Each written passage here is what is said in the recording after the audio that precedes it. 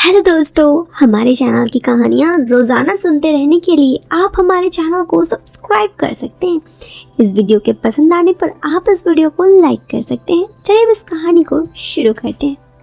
वैसे तो बात बहुत पुरानी हो चुकी है, पर कुछ किस्से ऐसे होते हैं जो अक्सर बहुत याद दिलाते हैं। आपने ऐसा देखा भी सुना होगा कि शादी विवाह में कुछ लोग ऐसे मिलते हैं जिनसे नज़र नहीं हटती, चाहे वो कोई क्यों ना हो।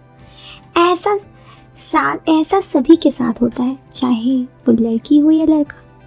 कुछ लड़की की खूबसूरती तो शादी में ही नज़र आती है, कुछ तो वो खुद खूबसूरत होती हैं, बाकी सब ब्यूटी पार्लर वाली की कलाकारी और उनको अप्सरा बना के सामने खड़ा कर देती है। फिर तो चाहे कितने भी लोग उनके दीवाने हो जाए।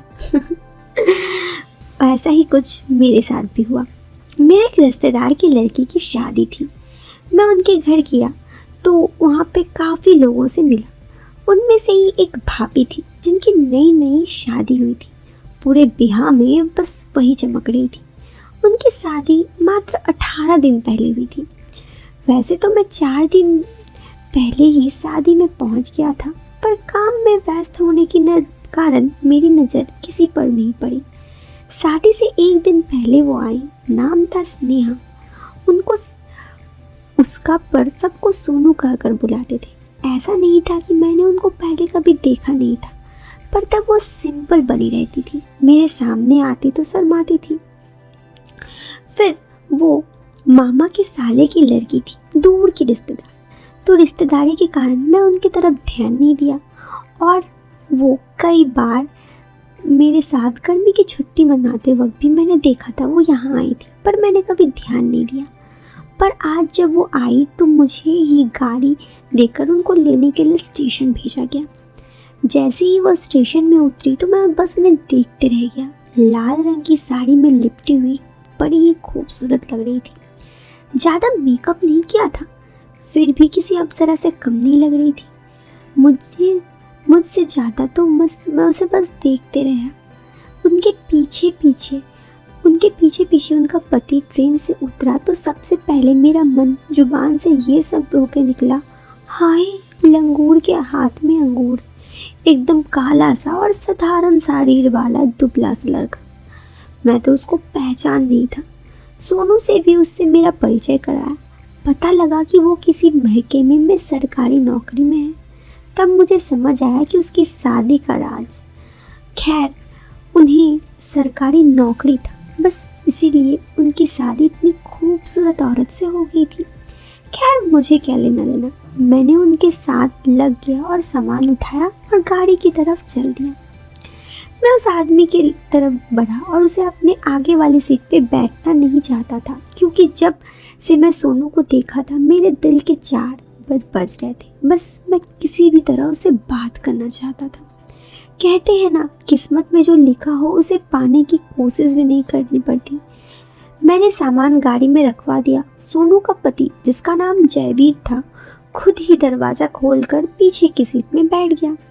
मैं उसके आगे वाली सीट पे आने को कहा तो वो बोला कि सफ़र के कारण सर दर्द हो रहा है, तो पीछे की सीट पर आराम करना चाहता है। तो मैंने सोनू को आगे की सीट पर बैठने के लिए कहा। गाड़ी स्टार्ट किया और चल पड़ा। वैसे तो वो अगले 2 दिन मेरे आसपास ही रहने वाली थी, पर मैं उसके कुछ देर नज़दीक से देखना चाहता था, इसलिए मैंने छोटे रास्ते के बजाय लंबे रास्ते से गाड़ी डाल दी। सोनू ने मुझे कहा, राज इधर से दूर पड़ेगा, पर मैंने झूठ बोल दिया। छोटा वाला रास्ता बंद है, वहाँ काम चल रहा है। मैंने सोनू को हालचाल पूछी और शादी के बारे में बातें करने लगा। वो भी हंसकर मेरी बातों का जवाब देती। इसी बीच मैंने पीछे देखा तो श्रीमान जयवीर जी सर को पकड़कर सो रहे थे। मैंने बीच में 2 बार गियर बदलने के बहाने सोनू के पास गया। खैर, वो कुछ नहीं बोली। मैंने 1-2 बार ध्यान दिया। सोनू भी मेरी तरफ देख रही थी और जैसे ही मैं उसकी तरफ देखा तो वो नज़रें झुका लेती या नज़रें फेर लेती। लगभग आधे घंटे मैं उसको लेकर घर पहुंचा और फिर सबने पूछा कि इतनी देर कैसे लग गई। सोनू की तरफ देखते हुए मैंने कहा, गाड़ी बंद हो गई थी। तो वो अजीब नज़रों से मेरी तरफ देखने लगी। मुझे पता नहीं क्या सोची, मैंने सोनू की तरफ आंख मार दी। मेरे आंख मारने से उसके चेहरे में मुस्कुराहट आई तो मुझे समझते देर न लगी कि आधा काम तो पड़ गया।